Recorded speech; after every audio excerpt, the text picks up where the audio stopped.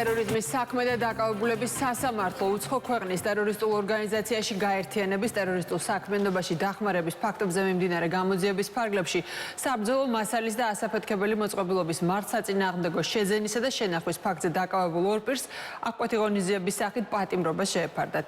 საქმეს გრიფით საიდუმლოა და შესაბამისად ხტომა დახურულ კარს მიღმა წარიმართა. ხატია ჯამალაშვილი გვერდება დეტალებით ახლა პირდაპირ ეთერში. ხატია გისმენთ.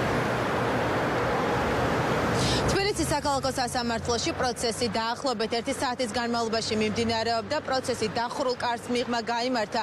იქიდან გამომდინარე, რომ საქმეს ადევს გრიფი, თუმცა პროცესის მიმდინარეობის შესახებ ჩვენთან ისაუბრეს მხარეებმა, როგორც ადვოკატმა, ასევე პროკურორმა. ადვოკატის განცხადებით, დღევანდელ სასამართლოს ხტომაზე ის ითხოვდა, რომ საერთოდ აკკვეთი ღონისძიების გარეშე დაეტოვებინა სასამართლოს ორივე დაკავებული პირი, თუმცა ალტერნატივის სახით მან მოსამართლეს შესთავაზა გირაო 5,000 და 15,000 ლარის ოდენობით, თუმცა საბოლოო ჯამში მოსამართლემ ეს შეთავაზება არ გაითვალისწინა და ორივე პირის წინააღმდეგ პატიმრობა გამოიყენა აკკვეთი ღონისძიების სახით.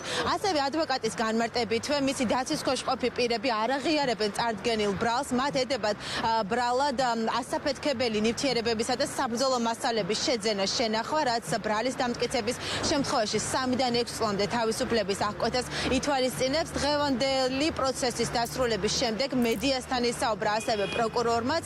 როგორც პროკურორი აცხადებს, ორივე პირის საცხოვრებელი სახლის ჩხრეკის შედეგად ამოღებული არის კანონსაწინააღმდეგო ნივთები, ასაფეთქებელი ნივთიერებები და მართსაწინააღმდეგო ნივთები და პროკურორის განმარტებითვე დღევანდელ პროცესზე დაკავებულმა პირებმა დააფიქსირეს საკუთარი პოზიცია, თუმცა რაზე ისაუბრეს და რა შინაარსის იყო ეს პოზიცია, პროკურორი ვერ საუბრობს, რადგან საქმეს გრიფი ადევს. ვალდებულები არ აღიარებენ ჩადენილ დანაშაულს, მათ ბრალი ერდებათ შესასრულების საბრძოლო მასალის უკანონო შენახვა შეძენაში, ტარება არა. მუხლი თვალისწინებს 3-დან 6 წლამდე თავისუფლების აკკვეთას. საკმაოდ სერიოზულ დარღვევებზე იყო იქ საუბარი, რაც მათ მოახსენეს და მე მოვახსენე სასამართლოს აკკვეთი ღონისძიება სამწუხაროდ ველოდო იქნებოდა პატიმრობა. სახელმწიფო უსაფრთხოების სამსახურის კონტროლერულ ცენტრში მიმდინარეობს მოცემულ საქმეზე გამოძიება ტერორისტულ ორგანიზაციაში გაწევრიანებისა და ტერორისტულ საქმიანობაში მისი მხარდაჭერის ფაქტზე.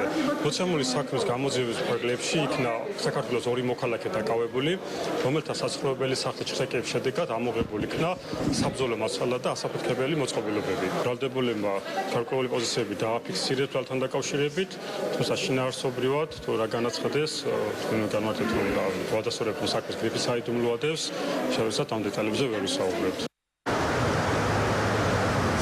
საქმეზე გამოძიება სახელმწიფო უსაფრთხოების სამსახური აწარმოებს.